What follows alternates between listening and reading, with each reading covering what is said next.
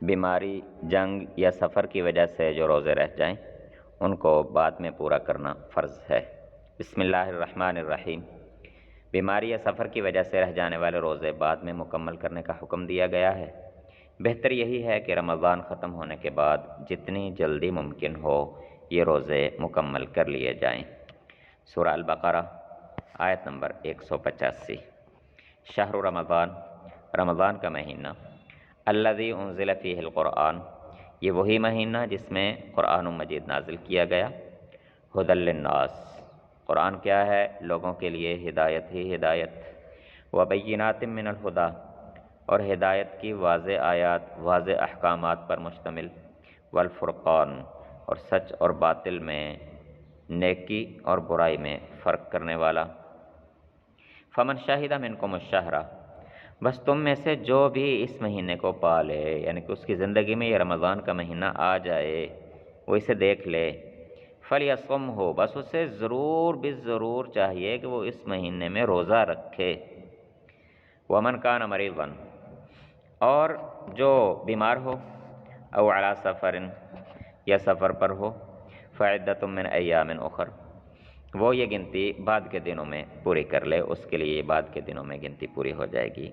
یرید اللہ بکم الیسر، اللہ تعالیٰ تم پر آسانی کرنے کا ارادہ رکھتے ہیں۔ ولا یرید بکم العسر، اللہ تعالیٰ تم پر تنگی پیدا کرنا نہیں چاہتے۔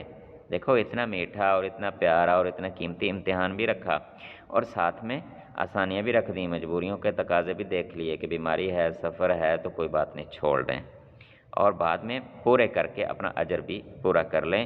ایسا نہیں ہو سکتا کہ وہ بندہ رمضان میں بیمار ہو گیا، اس کا روزہ رہ گیا، اب وہ بعد میں پریشان ہو کہ باقی روزے رکھ کے مجھ سے آگے نکل گئے اور میں رہ گیا، نہیں۔ وَلِتُكْمِلُوا الْعِدَّةَ، تاکہ تم یہ گنتی مکمل کر لو۔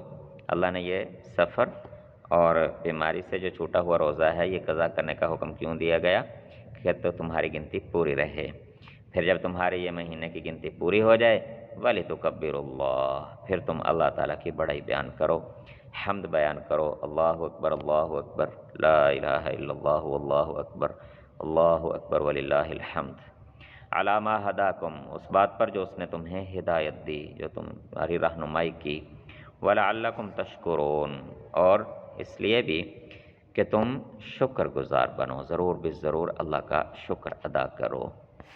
تو اس آیت مبارکہ میں اللہ تعالیٰ نے ایک تو رمضان المبارک کے جو روزے سفر یا بیماری کی وجہ سے انسان نہیں رکھ سکتا اس کی رخصت دے دی، پھر دوسرا ساتھ یہ کہہ دیا کہ بعد میں وہ گنتی پوری کر لے، تیسرا پھر ساتھ ہی اللہ تعالیٰ نے اپنی رحمت بھی جتلا دی کہ دیکھو کتنی اللہ نے رحمت کر دی کہ تمہاری گنتی میں بھی کوئی فرق نہیں آیا اور تمہیں رخصت بھی مل گئی۔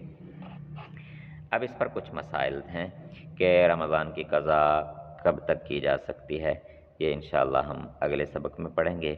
تو ایک رمضان کی مختصر سن لیں کہ ایک رمضان کے جو روزے رہ جائیں دوسرے رمضان سے پہلے پہلے ادا کرنا لازم ہے، اگر لیٹ ہو جائیں پھر کیا ہوگا وہ انشاءاللہ ہم کل پڑھیں گے۔